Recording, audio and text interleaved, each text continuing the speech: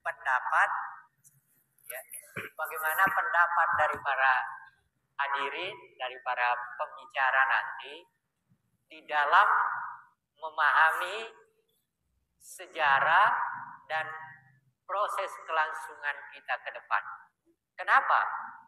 Saya selalu berbicara tentang masa depan, walaupun tidak ada orang yang bisa meramalkan masa datang dengan seenaknya.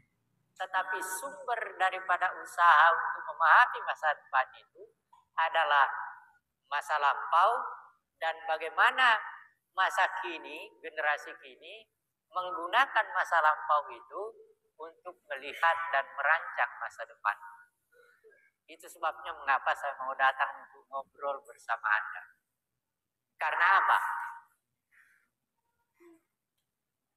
Kemajuan yang sekarang yang kita miliki, Anda sekarang kalau tidak punya handphone pusing kepala kan? Iya kan?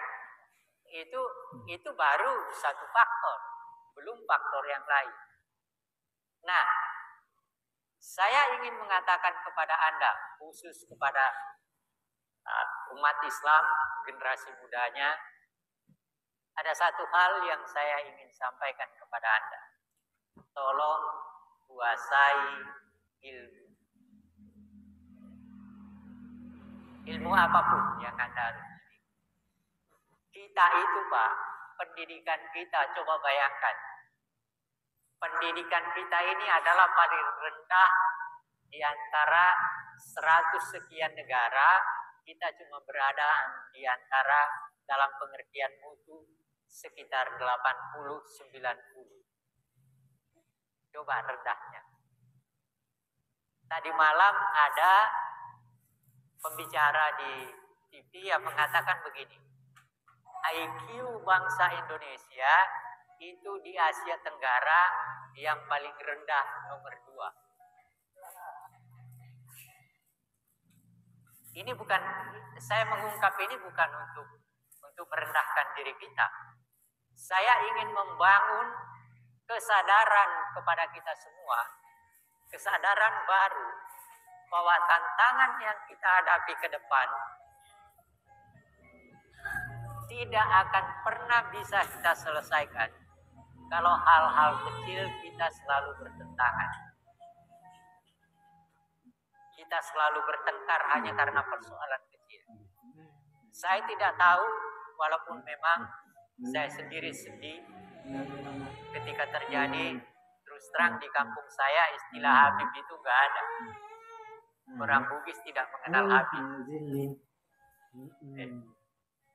Tidak ada istilah Habib. Baru setelah saya di Jawa, apalagi di Jakarta, baru saya istilah itu saya dengar. Tapi di antara kami, di antara saya nggak tahu kalau sekarang sudah ada pengaruhnya. Tapi antara tahun 50 sampai dengan tahun 60, istilah Habib itu tidak dikenal di Sulawesi Selatan.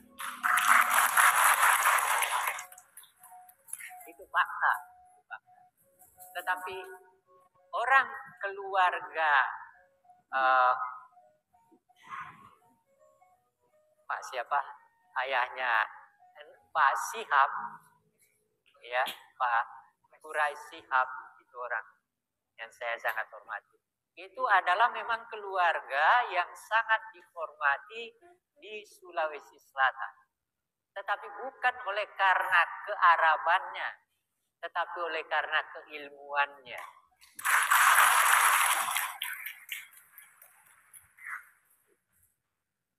Inilah yang harus kita kembangkan. Ya, saya terus terang ketika dengar cerita-cerita seperti itu, saya menganggap justru merugikan diri mereka sendiri sebenarnya. Ketika mereka selalu mengajukan diri seakan-akan seperti itu, keluarga Nabi ada hubungannya, dia akan merugikan dirinya sendiri. Karena apa? Siapa yang mau percaya? Paling-paling lingkungan dia sendiri kan. Dan itu artinya apa ya? Tidak ada gunanya juga buat dia. Dia akan merusak dirinya sendiri. Gitu. Nah, ini yang saya ingin katakan kepada bapak-bapak, mengapa memenuhi undangan teman saya untuk menyampaikan hal ini, karena saya mempunyai kekhawatiran terus terang. Kalau ini berkembang di kalangan kita dan meluas, yang rusak siapa? Yang rusak kan orang Islam juga. Iya kan? Kalau terus ini Anda bertengkar, kita bertengkar dan sebagainya, hanya mempersoalkan yang sebenarnya tidak perlu dipersoalkan. Yang penting kan bagaimana kita menjalankan agama Islam berdasarkan ajaran Tuhan lewat Nabi Muhammad. Kenapa kita mengatakan bahwa kita adalah orang hebat karena kita turunannya itu? Padahal belum tentu. Kan artinya memalukan dirinya sendiri. Ini yang harus dipikirkan oleh kita semua, dan kepada yang terhormat para hadirin, mari kita begini. Ada mohon maaf, saya menggunakan istilah yang barangkali jarang didengar. Istilah saya, tolong ini. Banyak orang pintar yang bodoh. Banyak orang pintar yang bodoh. Oleh karena itu, dalam peristiwa sejarah, jangan mengabaikan kebodohan. Karena terkadang perang ini banyak terjadi oleh karena orang pintar yang bodoh.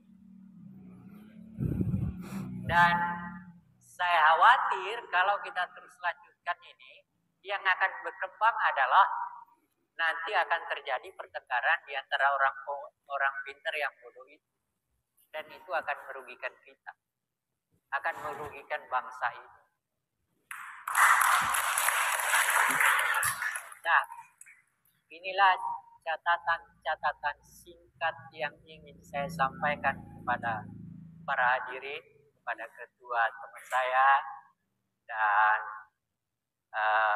organisasi ini saya minta agar supaya bisa mengembangkan berbagai hal.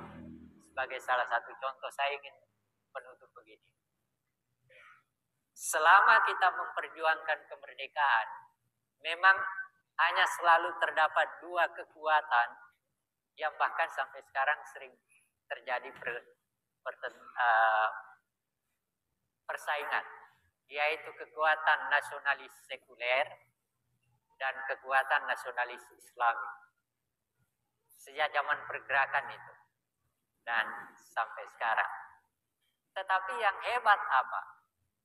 Yang hebat adalah mereka di tengah-tengah pertentangannya yang keras terkadang, tapi mampu menemukan formulasi.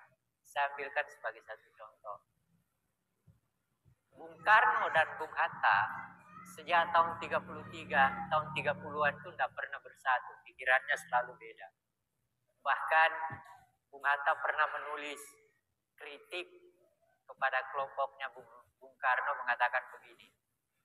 Persatuan yang dicari, yang ditemukan persatuan. Itu judul tulisan Hatta. Ya, tulisan Hatta. Nah, apa yang saya mau katakan pada Anda semua dengan mengambil contoh ini, jangan sampai kita teriak untuk persatuan pada saat yang bersamaan justru hasilnya persatuan. Oleh karena itu, saya mohon agar supaya saya ingin mengingatkan, mari kita memelihara keislaman kita, mari kita membangun pendidikan Islam yang sebaik-baiknya, tapi jangan kita melakukan sesuatu yang justru melahirkan kebodohan kita. Terima kasih atas perhatiannya. Panitianya, ketuanya Ki Hajar Dewantara. Lalu anggota panitianya ada Yamin, ada Sultan Hamid. Nah, lalu ada dua dari sekian banyak bahan yang masuk, dua yang diterima. Sultan Hamid sama Yamin. Tapi kemudian setelah dilihat bahwa Yamin sedikit ada kecenderungan ke Jepangan, maka kemudian diterima Sultan Hamid.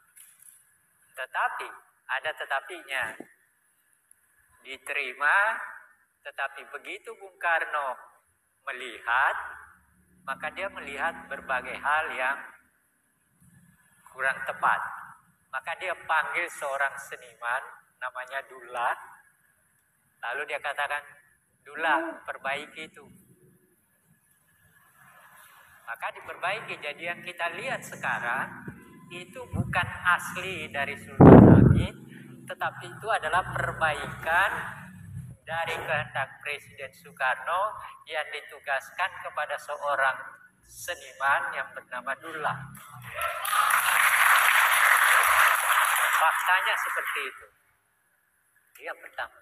Yang kedua, saya menolak Sultan Hamid sebagai pahlawan nasional karena pada tahun 1947 pangkatnya dinaikkan dari kolonel menjadi mayor jenderal di negeri Belanda. Pada tahun itu kita diburu-buru oleh Belanda, ditembakin dan sebagainya. Dia tidur di negeri Belanda. Terima kasih, itu jawaban saya. Bendera. Yang bendera, kenapa benderanya? Ada yang mengatakan karya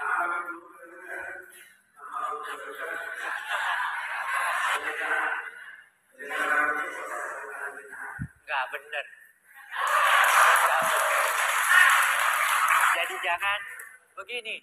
Jangan menggunakan sesuatu yang penting bagi negeri kita hanya untuk kepentingan diri kita dan kelompok kita. Terima kasih.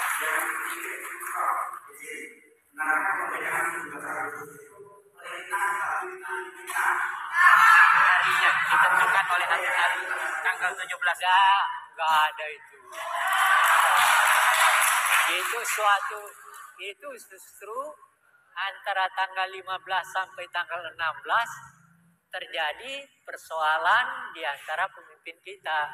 Itu menyebabkan maka pada tanggal 17 Agustus kemerdekaan itu diadakan. Dan itu adalah kemerdekaan bangsa. Belum ada negara. Besoknya baru ada negara, yaitu tanggal 18 Agustus. Seperti itu.